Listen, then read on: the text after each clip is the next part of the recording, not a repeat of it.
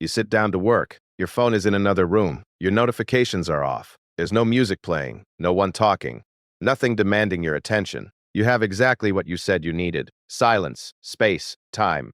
And yet within minutes your mind is somewhere else, not because something interrupted you, because something inside you won't let you stay. This isn't about willpower. It's not about discipline or focus hacks or screen time limits.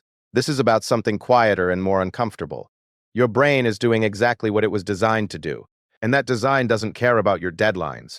We've been told that distraction comes from the outside, that if we just remove the noise, the notifications, the open tabs, we'll finally be able to think clearly. And for a while that explanation worked. It gave us something to control, something to blame. But then you try it. You create the perfect environment. You follow all the advice. And you still can't focus. That's when the real question starts to form. What if the distraction isn't out there at all? Research into attention and cognitive control suggests that focus isn't a switch you flip. It's a state your brain has to actively maintain. And maintaining it requires energy, real metabolic energy. Your prefrontal cortex, the part of your brain responsible for staying on task, has to work constantly to keep you locked in. And that work is expensive. It drains glucose. It creates mental fatigue. After a certain point, your brain starts looking for an exit. Not because you're weak, not because you lack commitment, because it's trying to conserve resources. But here's the part that makes it worse. Your brain doesn't just get tired from focusing. It gets tired from wanting to focus and failing. Every time you pull yourself back to the task, you're using effort. Every time you notice you've drifted and try to redirect, that's effort too. And the effort compounds. So even in a quiet room with no distractions, you're burning energy just trying to stay present. Eventually, your brain stops cooperating. It starts generating its own interference. Thoughts, memories, hypotheticals, anything that feels less demanding than the thing in front of you. This is why you can lose focus while staring directly at your screen. Your eyes are on the page, but your mind has already left. You're not being interrupted. You're being rerouted. And the rerouting is coming from inside your own nervous system, trying to protect you from something it perceives as a threat, not danger. Effort. The specific kind of effort that comes with sustained, directed attention. Think about the last time you had to write something important. You opened the document. You read the first line 5 times. You adjusted the font. You reorganized your desk. You checked the time. You thought about checking your phone, then didn't. Then felt proud of yourself for not checking, and then realized you just spent 30 seconds thinking about not checking your phone. None of that was distraction. That was your brain trying to avoid the discomfort of sustained mental effort, and it's very good at it. It's had millions of years to practice. The same thing happens in meetings. You're sitting there, no devices in front of you, and someone is talking. You know you should be listening.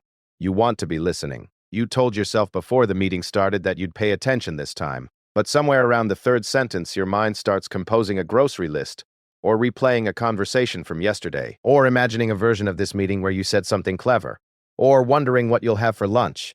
You're not distracted by the room. You're distracted by the need to escape the effort of active listening. Because listening, real listening, is work, and your brain would rather do anything else.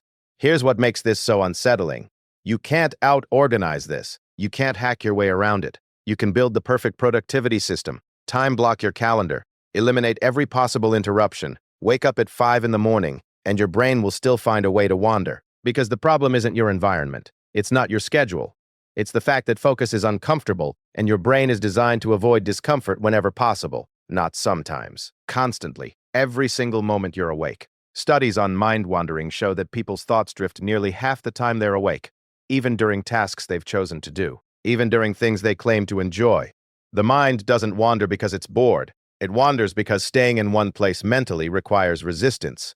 And resistance is taxing. Your brain would rather drift than resist. That's not a bug in the system. That's the operating system itself. There's another layer to this that rarely gets discussed. Your brain doesn't just wander randomly. It wanders towards specific things, unfinished tasks, unresolved emotions, social concerns, potential threats, things that feel urgent even when they're not important. Research suggests that when your mind drifts, it's often rehearsing or problem-solving or scanning for danger. It's not doing nothing. It's doing something else, something it has decided is more important than whatever you're trying to focus on right now. So when you're trying to read a report and your mind keeps going back to a text message you sent 3 hours ago, that's not random. Your brain has flagged that message as socially significant, as something that needs monitoring, and until it gets resolution, it's going to keep pulling you back there. No amount of willpower will override that pull, because the pull isn't coming from conscious choice. It's coming from a much older part of your brain that doesn't care about your quarterly targets. Now, this doesn't mean you're broken. It doesn't mean focus is impossible. It means focus is not your default state. It never was. Even the people you think of as highly focused, the ones who seem to work for hours without breaking, they're not immune to this. They're not operating on a different system. They're just better at recognizing the drift and pulling themselves back, over and over, quietly, without drama, without self-judgment. They've accepted that focus is something you return to, not something you maintain effortlessly. And that's the shift. Once you stop expecting your brain to naturally stay on task, you stop blaming yourself when it doesn't. You start seeing the drift for what it is, not a failure, not laziness, not a character flaw, just your nervous system doing what it's been doing since long before you had emails to answer or reports to write. It's scanning, it's monitoring, it's conserving, it's protecting you from the one thing modern life demands constantly: sustained, uncomfortable attention on things that don't trigger immediate survival responses. You might think this means you're at the mercy of your biology, that if your brain is wired this way, there's nothing you can do, but that's not quite right either. You're not powerless, you're just not in as much control as you thought. And maybe that's the point. Maybe the reason you can't focus, even when nothing is distracting you, is because you were never supposed to. Not for hours, not without effort, not without cost. Your ancestors didn't need to focus on spreadsheets for 8 hours. They needed to notice everything, to stay alert, to let their attention move freely so they could catch threats and opportunities. That's what your brain is still trying to do. The quiet room won't save you. The app blocker won't save you. The morning routine won't save you, because the thing you're fighting isn't outside. It's the fundamental tension between what you're trying to do and what your brain is trying to avoid. And that tension doesn't go away. You just get better at sitting with it. You get better at recognizing it without adding shame on top of it.